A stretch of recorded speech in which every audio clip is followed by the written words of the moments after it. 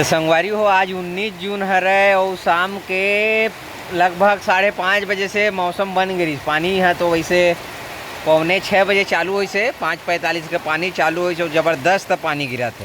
और अभी बजे के बज गए 6:08 होए और पानी की रफ्तार ला देखा, गजब के मौसम बने अभी। ओ हो कमेंट करके बताओ संगवारी हो 19 जून के शाम कन पानी गिरे है तो नहीं आप मन के तरफ। और मैं सब्जी बेचल गए हूँ तेन फिर से वापस आ गया हूँ। कल फिर से वापस आए रहे हूँ, आज फिर से वापस आ गया हूँ। धंधा पानी हमर मन के चलत नहीं है, काबर की हमन सब्जी सुबह लाथा न शाम कन बाजार रहे थे।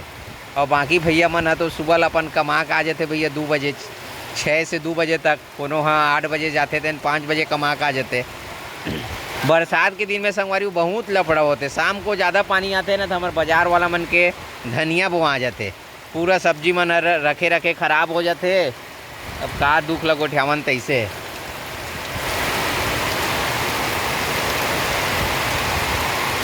एक नंबर।